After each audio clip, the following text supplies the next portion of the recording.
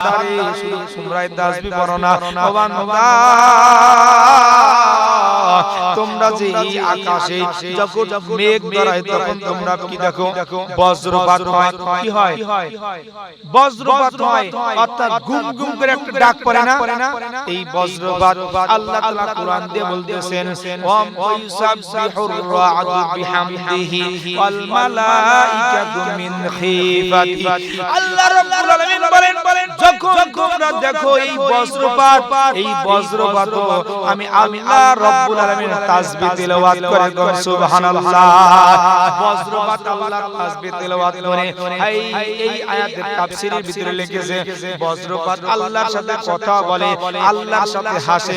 বলে কোন সময় কথা বলে, কোন সময় হাসে? বলে যখন এই বজ্রপাতের বিকট আওয়াজ তোমরা শোনো, এই আওয়াজ যখন শোনো তখন এই বজ্রপাত স্বয়ং আল্লাহ রাব্বুল আলামিনের সাথে কথা বলতে থাকে কোন সুবহানাল্লাহ। হাসে কোন সময়? বলে এই বজ্রপাতের ভিতরে যখন দেখো একটা আলো বের হয়, একটা আলো ঝিলিক দেয়, ওই সময় এই বজ্রপাত আল্লাহ তাআলার সাথে হাসাহাসি করে কোন সুবহানাল্লাহ। শুধু তাই নয়, এইভাবে সমস্ত মাখলুকগুলো আল্লাহ তাসবিহ তেলাওয়াত করে। আল্লাহ রাব্বুল আলামিন বলতেছেন, আল্লাহ ইউসাববিহু লাহু মান ফিস সামাওয়াতি ওয়াল আরদি ওয়াত তায়রু সাফাত কুল্লুন قد علم صلاته وتسبيحه والله عليم بما يفعلون।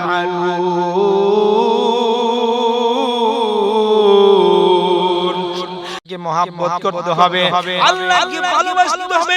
যারা আল্লাহকে এবং রাসূলকে মোহাব্বত করবে রে বাবা, তাদের পরকালেও সুখ হবে, এই দুনিয়াতেও তাদের সুখী হবেন।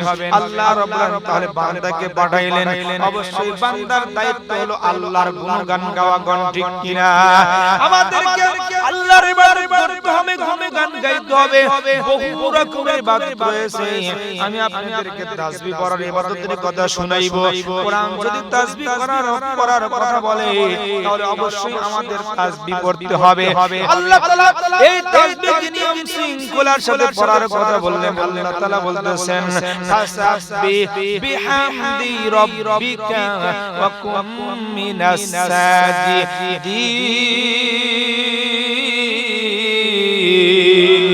আল্লাহ রাব্বুল আলামিন বলেন, ও বান্দা, ফাসাব্বিহ বিহামদি রাব্বিকা, তোমার প্রভুর প্রশংসার সাথে তাসবিহ করো। কি পড়তে হবে? জোরে বলেন।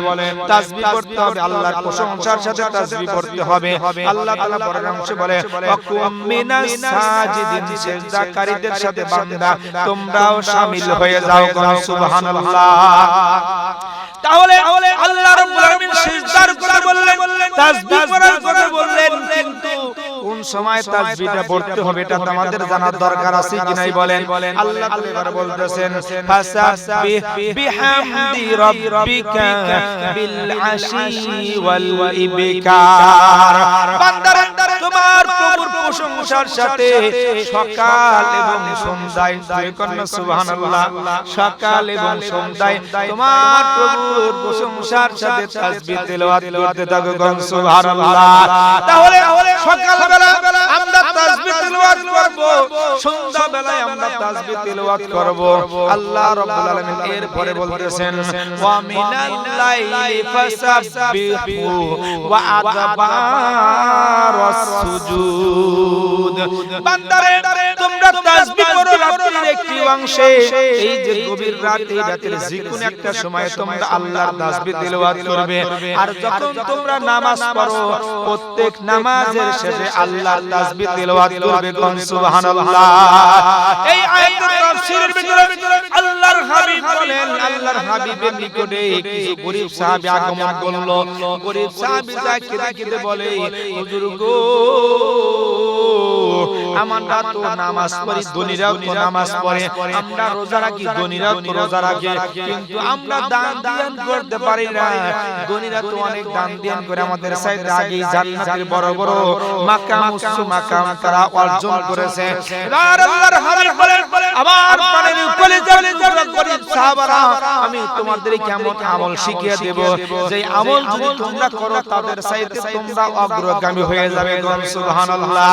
এ আমার গরীব সাহাবারা, তোমরা যখন নামাজ আদায় করবে, প্রত্যেক নামাজের পরে তোমরা তাসবিহ তিলাওয়াত করবে 33 বার সুবহানাল্লাহ, 33 বার আলহামদুলিল্লাহ, 34 বার আল্লাহু আকবার তিলাওয়াত করবে। এইভাবে যদি করো তোমরা তাদের চাইতে আরো অগ্রগামী হয়ে যাবে। সুবহানাল্লাহ। এবার গরীব সাহাবারা চলে আসলো, আসার পর নামাজ আদায় করে তারা তাসবিহ তিলাওয়াত করে। যারা ধনী সাহাবী তারাও তাদের কাছ থেকে শুনে, ভাইরা তোমরা নামাজের পরে কি তিলাওয়াত করো, কি তিলাওয়াত করো? বলে আমরা তাসবিহ তিলাওয়াত করি। ওই গরীবরাও তিলাওয়াত করা শুরু করে দিল। এবার আল্লাহর হাবিবের বিপরীতে গরীব সাহাবারা বলে, হুজুর তারাও তো তিলাওয়াত করে আল্লাহর।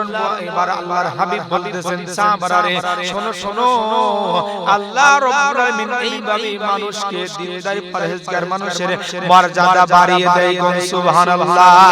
তাহলে আমাদেরকে সকাল সন্ধ্যায় তাসবিহ পড়তে হবে, রাতের কিছু অংশে তাসবিহ তিলাওয়াত করতে হবে, প্রত্যেক নামাজের পরে তাসবিহ তিলাওয়াত করতে হবে। শুধু তাই নয়, আল্লাহ রাব্বুল আলামিন বলেন, ফাসাব্বিহ বিহামদি রাব্বিকা হিনা তাকুম। বান্দারে যখন তুমি ঘুম থেকে জাগ্রত হও, ওই ঘুম থেকে ওঠার সময় আল্লাহর তাসবিহ তিলাওয়াত করো। সুবহানাল্লাহ। বান্দারে শুধু তোমরা তাসবিহ পড়ো না, ও বান্দা তোমরা যে এই আকাশে যখন মেঘ ধরায় তখন তোমরা কি দেখো? বজ্রপাত হয়। কি হয়? বজ্রপাত হয়, অর্থাৎ গুম গুম করে একটা ডাক পড়ে না? এই বজ্রপাত আল্লাহ তাআলা কোরআন দিয়ে বলতেছেন, ওয়াম ইউসাববিহুর রা'দু বিহামদিহি ওয়াল মালাইকাতু মিন খিফাতি। আল্লাহ রাব্বুল আলামিন বলেন, যখন তোমরা দেখো এই বজ্রপাত, এই বজ্রপাত আমি আল্লাহ রাব্বুল আলামিন তাসবিহ তিলাওয়াত করে। সুবহানাল্লাহ। বজ্রপাত আল্লাহর তাসবিহ তিলাওয়াত করে। এই আয়াতের তাফসীরের ভিতরে লিখেছে, বজ্রপাত আল্লাহর সাথে কথা বলে, আল্লাহর সাথে হাসে। বলে কোন সময় কথা বলে, কোন সময় হাসে? বলে যখন এই বজ্রপাতের বিকট আওয়াজ তোমরা শোনো, এই আওয়াজ যখন শোনো তখন এই বজ্রপাত স্বয়ং আল্লাহ রাব্বুল আলামিনের সাথে কথা বলতে থাকে। সুবহানাল্লাহ। হাসে কোন সময়? বলে এই বজ্রপাতের ভিতরে যখন দেখো একটা আলো বের হয়, একটা আলো ঝিলিক দেয়, ওই সময় এই বজ্রপাত আল্লাহ তাআলার সাথে হাসাহাসি করে। সুবহানাল্লাহ। শুধু তাই নয়, এইভাবে সমস্ত মাখলুকগুলো আল্লাহ তাসবিহ তিলাওয়াত করে। আল্লাহ রাব্বুল আলামিন বলতেছেন, আল্লাহ ইউসাববিহু লাহু মান ফিস সামাওয়াতি ওয়াল আরদি ওয়াত তায়রু সাফাত কুল্লুন قد علم صلاته وتسبيحه والله عليم بما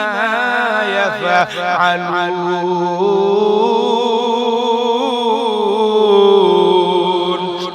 আল্লাহ রাব্বুল বলেন, আলাম তারা ও বন্ধু, আপনি কি দেখেন না?